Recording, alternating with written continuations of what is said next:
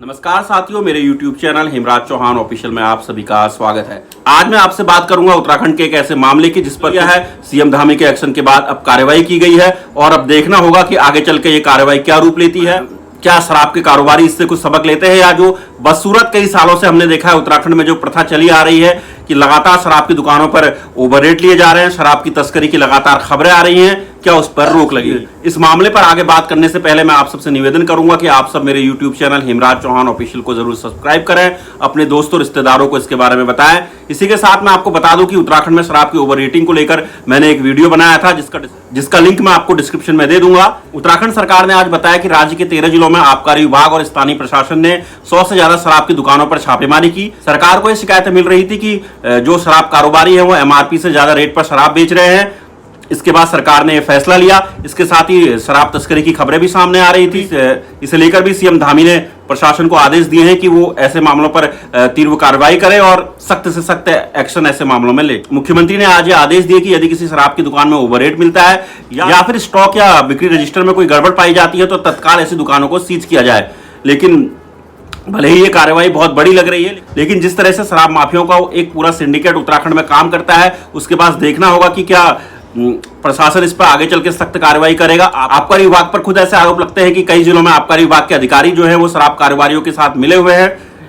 अगर आप उत्तराखंड में घूमेंगे, खासकर मैं पर्वतीय जिलों की बात कर रहा हूं, अगर आप उत्तराखंड के पर्वतीय जिलों में घूमेंगे तो आप देखेंगे कि आपको शायद ही किसी दुकान में शराब की जो रेट लिस्ट है वो आपको लगी हुई मिले। कोई शिकायती नंबर आपको नहीं, वहां पर कोई हेल्पलाइन या कोई शिकायत का नंबर आपको लगा हुआ नहीं मिलेगा, ना ही किसी आबकारी विभाग के अधिकारी का वो नंबर वहां मिलेगा। जबकि ये नियम है कि शराब कारोबारियों को शराब की दुकानों के आगे रेट लिस्ट लगानी होती है। मैं एक दिलचस्प चीज आपको बताता हूं, कई बार जब ऐसी शिकायतें की जाती है तो ऐसा होता है कि जो शराब की रेट लिस्ट लगा दी जाती है लेकिन उसके हफ्ते बाद वो शराब की रेट लिस्ट हटा दी जाती है, और कई बार ऐसा होता है कि रेट लिस्ट शराब की दुकानों के अंदर होती है जिसे शराब खरीदने वाला शख्स देख नहीं पाता। तो कहीं ना कहीं सीएम धामी के इस एक्शन की जरूर तारीफ करनी चाहिए कि उन्होंने जो एक्शन लिया है कि लगातार जो शिकायतें मिल रही थी उन्हें ओवर रेट की शराब को लेकर, उसके बाद उनका ये एक्शन सराहनीय है।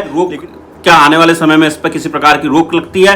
क्योंकि उत्तराखंड में जो शराब के ओवर रेट होने के कई कारण हैं। इसमें जो एक मेन कारण है कि उत्तराखंड के पर्वतीय जिलों में शराब की दुकानें काफी दूर दूर होती हैं। हालांकि सरकार ने इसका एक नायाब तरीका अपने राजस्व के लिए खोजा है। उन्होंने हर एक दुकान को उप दुकान खोलने का लाइसेंस दे दिया है। इसके बाद हम कह सकते हैं कि पर्वतीय जिलों में अचानक से जो शराब की दुकानें हैं वो काफी ज्यादा बढ़ गई है। इसके अलावा देखा गया है कि हरिद्वार जैसे धार्मिक स्थानों पर शराब का सेवन प्रतिबंधित है। तो ऐसे में देखा गया है कि जिले के आसपास जो हरिद्वार जिले से लगती हुई सीमा पर जो दुकानें हैं वहां से काफी मात्रा में शराब की तस्करी की जाती है। मैं अपने अनुभव से आपको बता सकता हूं कि उत्तराखंड में शराब के जो ओवर रेट लेने का जो कारोबार चल रहा था वो काफी लंबे समय से चल रहा था और इसमें बड़े बड़े अधिकारियों से लेके रसूखदार लोग शामिल हैं। आज सीएम सिंह धामी ने इन पर एक कोशिश की है कड़ा प्रहार करने की, और देखना होगा कि इसके बाद क्या ये लोग सबक लेते हैं या फिर बदसूरत जो ये काम कई वर्षों से करते आ रहे हैं उसे करेंगे।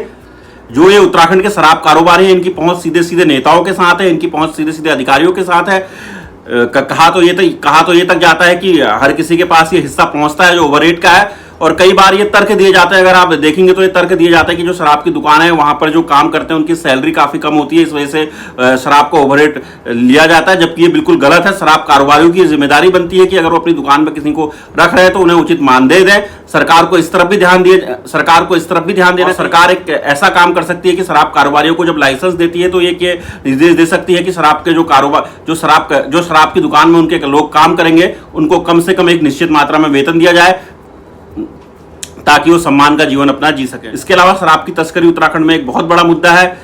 उत्तराखंड में कई शराब तस्करी के मामले देखे गए हैं। आपको ये भी बता दूं कि उत्तराखंड में जो शराब है वो उससे लगे हुए और जो राज्य हैं उनसे काफी महंगी है, चाहे वो दिल्ली हो, चाहे हरियाणा हो, या फिर आप बात करें पंजाब की। ऐसे में ये भी देखा गया है कि इन राज्यों से भी शराब की तस्करी काफी ज्यादा मात्रा में होती है। लोग पैसा बनाने के लिए इसका इस्तेमाल करते हैं।